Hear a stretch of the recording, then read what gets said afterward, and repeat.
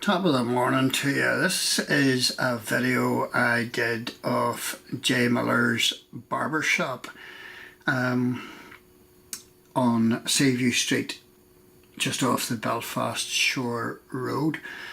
And this is the second video that I did about Jay, and he's actually cutting a customer's hair while he's telling me his story. And Jay has written a book about his life transformation, how he lost his young brother at an early age. They were both in a home, and the young brother was sadly killed crossing a road, and deeply affected Jay, as you can imagine. Jay went on to take up, he went into the army, and he started to cut the hair of his army chums. And then whenever he came out of the army, he developed his hairdressing skills and was doing very, very well. Had a salon on the Belmont Road in Belfast, and was a celebrity barber to the local celebrities. He fell into drugs, and that lasted quite a time. He lost his business, nearly lost his marriage.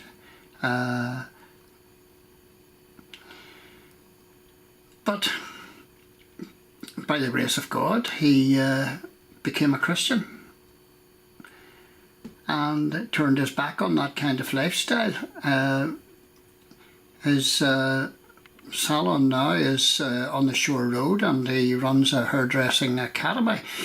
This is the latest information about Jay. Unfortunately, he had a seizure about a week ago, and you know, from being an active guy who cut the hair of the homeless at Christmas time and other times, and runs his hairdressing academy for local guys who you know, he gives them a chance.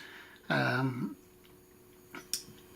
afraid he's had this seizure, and when he had the seizure, he fell and he smashed his head on something. He's now in intensive care, and he's the last information I have received about him is that he is in an induced coma.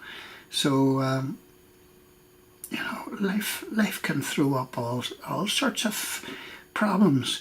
The Bible tells us that the rain falls on the just and the unjust, and you know, life can be very, very hard, and it can turn in an instant. And you know, this raises the whole question of why do bad things happen to good people. Here is a family man. I think he's got 6 children and a wife dependent on him, and his whole life has been transformed and thrown upside down in the worst possible way. And I'm just letting you know this. Anybody who's been watching my videos long term will have seen me interview Jay and talk about his book, his life transformation to Christianity. And he's putting his life to rights through the power he believes of God. And here he is, and he's laid low, and this is not good, folks.